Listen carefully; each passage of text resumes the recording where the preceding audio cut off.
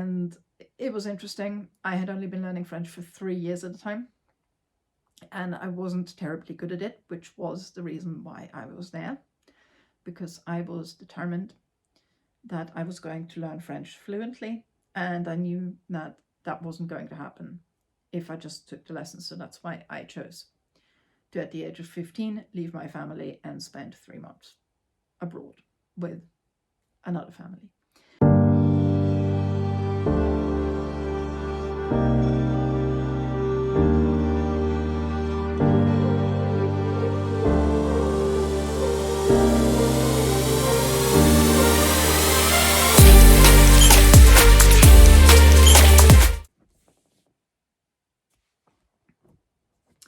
Hi, my name is Ricarda, the Point 303 bookworm, and today I'm going to tell you about the craziest and, to my mind, one of the best Arthurian novels you've never heard of. And it's this, L'Enchanteur by René Barjavel. Now, you may be wondering why I'm holding up a French language edition, even though this is an English language channel, and the answer is very simple, because that's all there is. I first encountered this book when I was 15 years old, and I was an exchange student in Geneva, the French part of Switzerland, and I had to read this book for French literature class because we were doing the Arthurian cycle, which luckily for me, I was completely obsessed with at the time. And we read two things actually. We read Chrétien de Troyes' Lancelot le Chevalier à la Charrette, so Lancelot the Knight of the Cart by Chrétien de Troyes, who is arguably the most important French language writer of the medieval period when it comes to the Arthurian cycle. And I suppose the Lancelot is probably one of his more accessible works. It's at times fantastically weird. I mean, you have women with castles that just appear out of thin air and then demand sex, and this is somehow, it's like it would be rude not to type thing. Or you have the fact that he spends a good third of the story wandering around in a forest that's supposed to be completely deserted, and he seems to meet people roughly every 5 steps. Because of course the medieval idea of the forest as this place where you retreat, and it's there are no other people, and it serves very much a similar function as the desert does in Arabic literature from roughly the same period, and Arabic folk tales. But as I said, it is for a deserted place, it is marvelously populated. So I had to read that, and it was interesting. I had only been learning French for 3 years at a time, and I wasn't terribly good at it, which was the reason why I was there, because I was determined that I was going to learn French fluently, and I knew that that wasn't going to happen if I just took the lessons. So that's why I chose to, at the age of 15, leave my family and spend 3 months abroad with another family. Now, like I said, Chrétien de Troyes, that one is one of his more accessible works. We had dual versions. We had the 12th century French and the modern French next to each other, but it was still rough going for me. And then we had a modern version, and it was this. And I mean, don't you just love this cover illustration? I love it so much. I actually have another edition. I think, I don't know if I have 2 or 3 copies of this, but this is just, the folio is my favorite edition because this is such an adorable illustration. Now, I don't know if you've read the Le Mort d'Arthur, which is, amongst other things, grammatically wrong, by Sir Thomas Malory, which of course is the ultimate early modern retelling that has most of the elements of the story all in one place. And I read that roughly at the same time, and again, some of this reads really strangely and uncomfortably. I mean, you have this very virtuous knight in Percival, and at the same time he just sort of goes around randomly raping women. there's an awful lot where you just wonder, like, am I on the right side here? And what is going on? And I don't know. Obviously, to modern sensibilities, this is very uncomfortable. I'm not sure how they would have felt about this at the time. Probably would have thought it was fine. But it is, yeah, it's an uncomfortable read. And I think this really works in that same vein. It is at times a very, very cute story.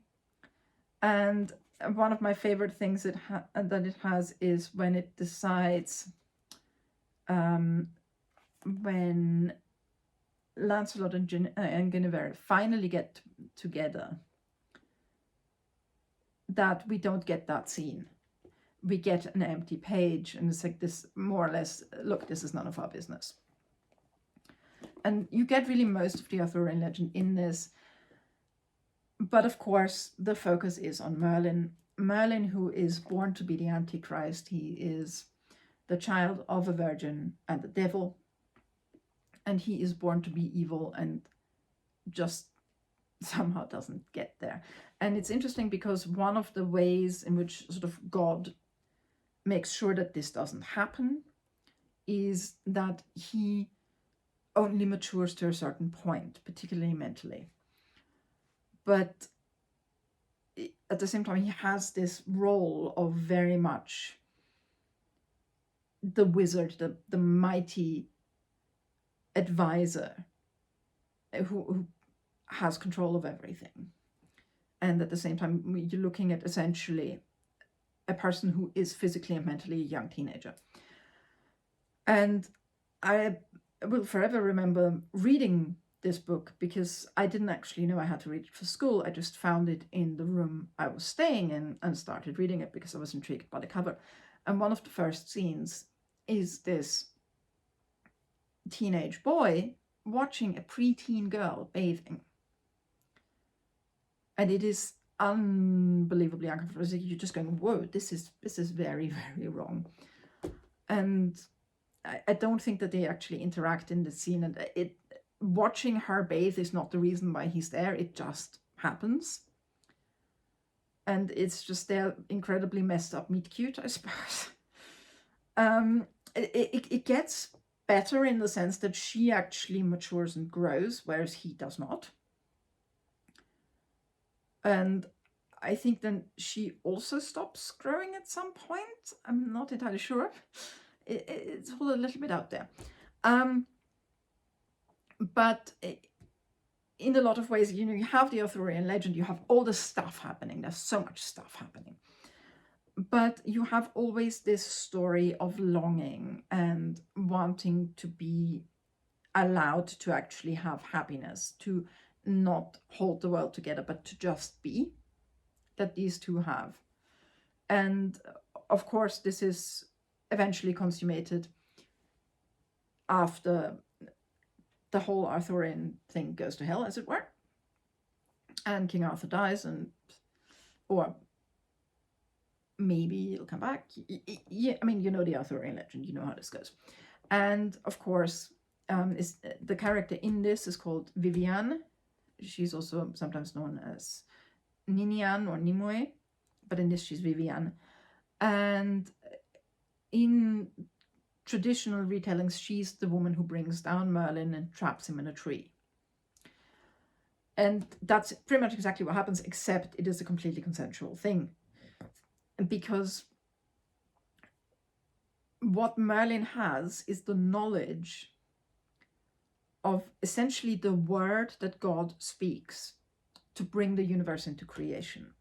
And specifically, I think it's not even the word, it's the sort of glue that holds these words together. It's very strange. And if he shares this with her, then he can no longer be in the world. And he will lose his power. And this is, in this story, she does not trick him.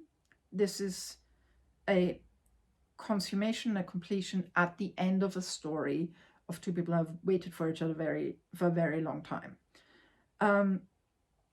That is, it is, it might not sound it, but it is actually frightfully romantic. It's at times just weirdly laconic. I was like, oh, he just lay down and died of a character, and that's that. It's a randomly. There's a very ethereal, just a very strange quality to this book, and I'm not surprised, therefore, that it has never been translated. If you speak French, I really would recommend giving it a go.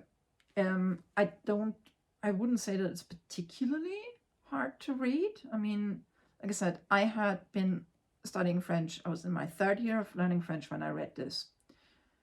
And quite frankly, I was fine. Was it my 3rd or 4th year? I don't know, but I was 15, okay? And I wasn't very proficient in French. When I read it, I was fine. It has some really, really funny bits. It has some really cute bits. It has some really disturbing bits. One of my favorite funny bits is when there's a person who's somehow heartbroken, and Merlin feels very bad for this person and gets them a cat, but to have a companion. But in this part of Europe, they don't have cats, and helpfully the cat can speak. And this is, okay, so what are you? Well, I'm sort of a small lion type thing. And it's like, so where are you from? It's like, Africa, top right bit. Okay. And it's like, what is the strange noise you're making? Oh, I'm purring, and that means I'm happy. And then they just sort of get together and have this cuddle, and the person is very happy, and the cat is very happy because now has someone to look after them. And it's, like I said, if you want a truly epic story, this is perhaps not it, but it is. The tone of the story is always very whimsical. I would say very French. I think this book would be incredibly difficult to translate. And I don't know, I mean, in spite of everything that is incredibly, like I said, uncomfortable and really strange about it, I absolutely love this book. And actually, it's probably one of the 2 or 3 books I will bring on a desert island with me, because unfortunately I haven't read it in 10 years. I've simply never gotten around to it again. It has genuinely almost all the parts of the Arthurian legend, and the strangeness of some people's story just suddenly ends, which you just have because in the original tellings that we have, the author just died. And then we just never really get a resolution to these stories, as what happened with Chrétien de Troyes and other Arthurian authors. But you never get a proper resolution to the story. So just the weird ahistorical nature of this book. It is set in the Middle Ages, but it is strangely ahistorical. It's incredibly, like I said, whimsical, not entirely as whimsical as this cover makes you think it is. I would say that 15 probably is on the lower level of who should read this. But that's where the age of the people who were made to read it by the Genevois school system. I absolutely love this book. And it is really, really hard to explain how lovely it is. And I am so sorry to introduce you to a book that I'm sure a lot of people who watch this cannot read. But I just wanted to let you know that it exists. And if you do speak French, give it a try. It is just so strange and lovely. And if you've read it, please leave me a comment below, because I would love to talk to somebody about this book, because I haven't been able to do that as an adult ever, I don't think. Anyway, that's the story of how I came across one of my favorite books and a little bit about it. And I hope to see you again very soon. Like and subscribe. Bye bye.